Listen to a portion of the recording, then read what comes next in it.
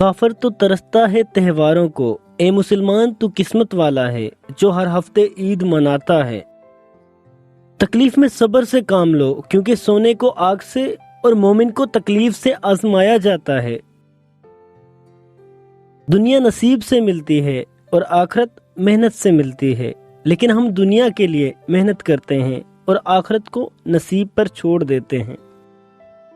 اچھے لوگوں سے اللہ بہت امتحان لیتا ہے پر ساتھ نہیں چھوڑتا، اور برے لوگوں کو بہت کچھ دیتا ہے پر ساتھ نہیں دیتا۔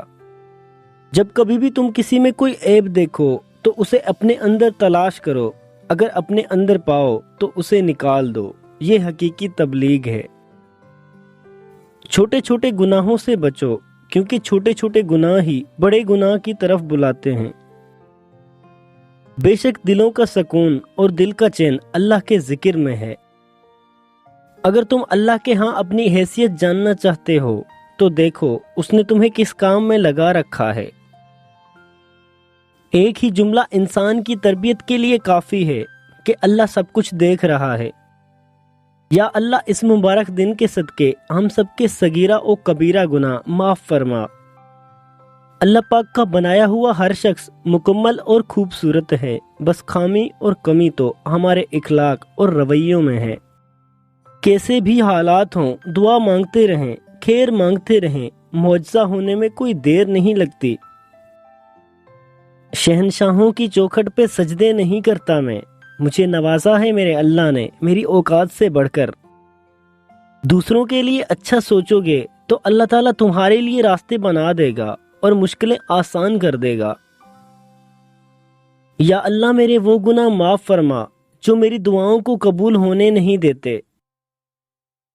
کسی سے نیکی کرتے وقت بدلہ کی امید نہ رکھو، کیونکہ اچھائی کا بدلہ انسان نہیں اللہ عزوجل دیتا ہے۔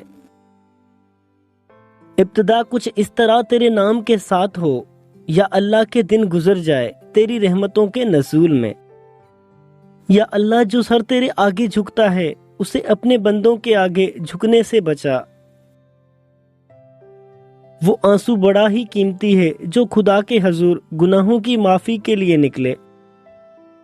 یا اللہ پاک آج جمعہ مبارک کا دن ہے، مجھے تیرے محمد صلی اللہ علیہ وآلہ وسلم کی عبادتوں کا واسطہ تو میری قبر کو جنت البقیع کا حصہ بنا دے۔ یا اللہ پاک جو بھی تیرے نام لینے والے پریشان ہیں اس پیارے دن کے صدقے سب کی پریشانیاں دور فرما۔